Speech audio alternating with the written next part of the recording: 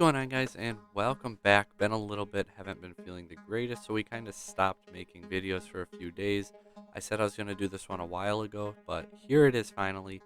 Therion archetype is coming soon. In May 19th, I believe, is the TCG release.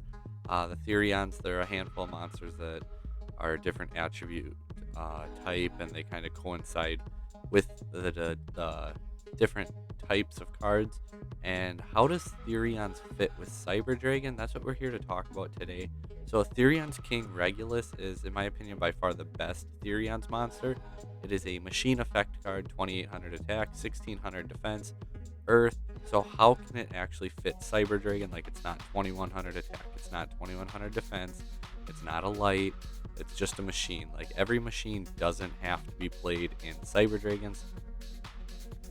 The card reads, you can only use each of the following effects once per turn. You can target one Therion's monster or machine in your graveyard. So big part there is or machine. Special summon this card from your hand, and if you do, equip that card to this card. So essentially, if you have a machine in your graveyard, it's a free body on board. That's pretty good. We have machines in our grave all the time. The important part, when your opponent activates a card or effect, quick effect, send one Therion's monster from your hand or field to the graveyard, negate that effect. A Therion's monster equipped with this card gains 700 attack and the preceding effect. That part's not really going to matter because we're not playing Therions. We're just playing King Regulus in Cyber Dragon. So it's an Omni negate, but keep in mind too, it negates the effect, not the activation. So say they lightning storm and you King Regulus and you negate the effect, and they have a second lightning storm, they cannot activate it because the negation or the activation was not negated, just the effect. It's a free body. It enables Rake 8 plays, Omni negate. What card do we have that as it goes to the graveyard keeps recurring us resources? Cyber Dragon Hers. So it allows you to keep recycling Hers to keep getting advantage.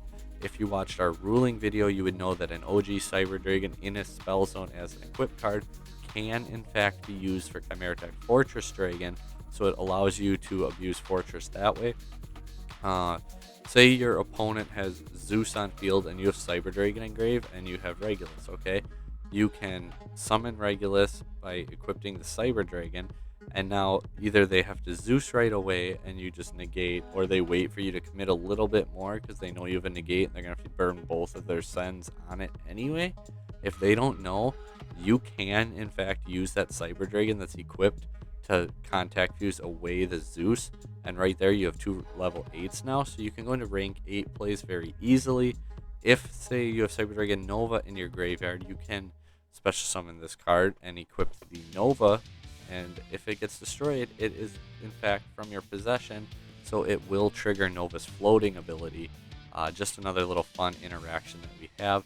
So Hers, OG Cyber Dragon, all Nova have and Nova all have utility in the fact that if Regulus equips them to summon it. Therion's King, Therion's Ring, the Colosseum Saucer. That is a mouthful.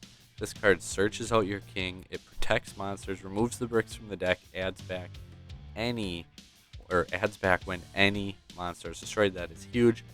Reading the card, as you can see, when this card is activated, you can add one Therion's monster from your deck to your hand. So again, it searches out the king. Once per turn, if your monster would be destroyed by battle, you can send one Therion's card or Perpetual Engine Aggro system, that doesn't matter, from your deck to the graveyard instead. So not only is it not just protecting your Therions, it protects any monster by sending a Therion's card to the graveyard. And notice it doesn't say except Therion's Ring, the Colosseum Saucer. So if you play multiple field spell, you open it, you play it, your opponent attacks your monster, you can protect your monster by dumping the dead spell from your deck to the grave. So it removes the bricks out of your deck anyway, or you can dump another copy of the king to your grave. If they, it gets negated, I guess, or say you core search, they droll you, you activate this, you can add, it's optional. So you wouldn't get the add, but now when you protect your card, you can send the king to your graveyard this way and gain access to it. Then finally, too, once per turn when a monster is destroyed by battle, this is the big effect. because it's once per turn when a monster is destroyed by battle. It doesn't say during either player's turn, and it doesn't specify which player's monster. So either player's turn and any monster is destroyed by battle and sent to the graveyard. You can target a Therions monster in your graveyard, add it to your hand, and yeah, that's kind of broken. Like, you can summon, or if you have the king in your grave, or machine in your grave, summon king, equip machine, and then your opponent Nibiru's you negate it with the king, you go into battle phase, you attack, and then you can add the king back to your hand. Like, it's just really, really good in that regard. I'm going to show my deck list that kind of working on. I mean, keep in mind too, this is kind of current format, and obviously it's not released until May, so things are subject to change, but I think the list will be pretty similar to this at least. DBE maybe won't be a thing come then, but this is kind of the gist of what I was thinking. Like, consistency, like just it's extenders, so cutting the machine dupe here, so running the one Cyber Dragon, keeping our core, hers, double Naxer, 2 soldiers. Kaiju's always really good removal and searchable. I like 2 king, 3 field spell for my ratios. Again, if DP is around, we're going to play it.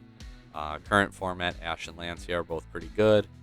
Then we have Cyber Emergency, Repair Plant, Rev System, Overload, you know, all the standard stuff. Like I said, 3 of the field spells, because they're free protection, free searches. We already play into Droll and Lockbird hard. Like, honestly, Droll just kind of really hurts if it happens, but like that one extra surge, more often than not, isn't going to do a whole lot. And plus, if you're afraid of Droll, just lead with your field spell, because then if you get Drolled, you still end with a negate on board, so it gives you an option to play around Droll a little bit better, actually. So I do like the field spell at 3. Forbidden Droplet, Talents, Crawled by, Reboot, you know, these are, again, cards for current format. We'll see where we're at come May. Then, sorry, again, not feeling the greatest, but getting over it. Extra deck, we have the 1 Mega Fleet, 2 Fortress, Chimera Tech Rampage, DPE, Double Nova, Infinity. Only the 1 rank 8. I went with Dingirsu. You could do more of a toolbox if you really wanted to. The 1 Zeus, Almirage, Anima, Verde, and Seeger. So that's the list, and let's go and do a replay. So here we can see we're actually up against Eldritch. Going first, our hand's not the greatest, right? Like, we got her, so we can go get a Cyber Dragon, then the Therion's field spell, grab our king, then we can rev system back our hers, make a Verde, and this is all still under 5 summons. It really helps you play through Nibiru even better without relying on Nova's floating ability, because you really want Infinity to stick to the board anyway, so we can negate the infinite impermanence anyway. Now he's going to go. He does have another imperm. We are going to chain to it just because there's too many things that send to grave and bounce and everything like that. And come to find out it's Eldritch, so he in fact would have sent it to the graveyard, and we would just be out our DPE at that point. I mean, we have Called by the Grave, so again, protection. But these are little interactions you just have to think about. Searches for Fluer, decides not to attack because that would in fact turn his Fluer off. DPE comes back. Then we have our Naxter, revive the Cyber Dragon, make a Mega Fleet because we were locked and could not go into Verde. Golden Land, just chain, pop, effect, come back, 24, 21. That's why you attack with the Enforcer first too, because assuming he had something like that, you can pop it and you don't lose out on an attack. Get our negate back, get our draw 2, his turn, DPE comes back, and we just have too much at this point. So kind of getting the gist of it, like just the 1 replay. I mean, you know, it doesn't take too much to see some of the benefits of it. Hopefully you guys enjoyed and are as excited for King Regulus as I am. Stay tuned for more Cyber Dragon content, updated pure lists, synchro lists being finally reviewed, Punk Eldritch in-depth explanations once I'm feeling a little better, talking longer, and other great videos. So thanks for watching, guys.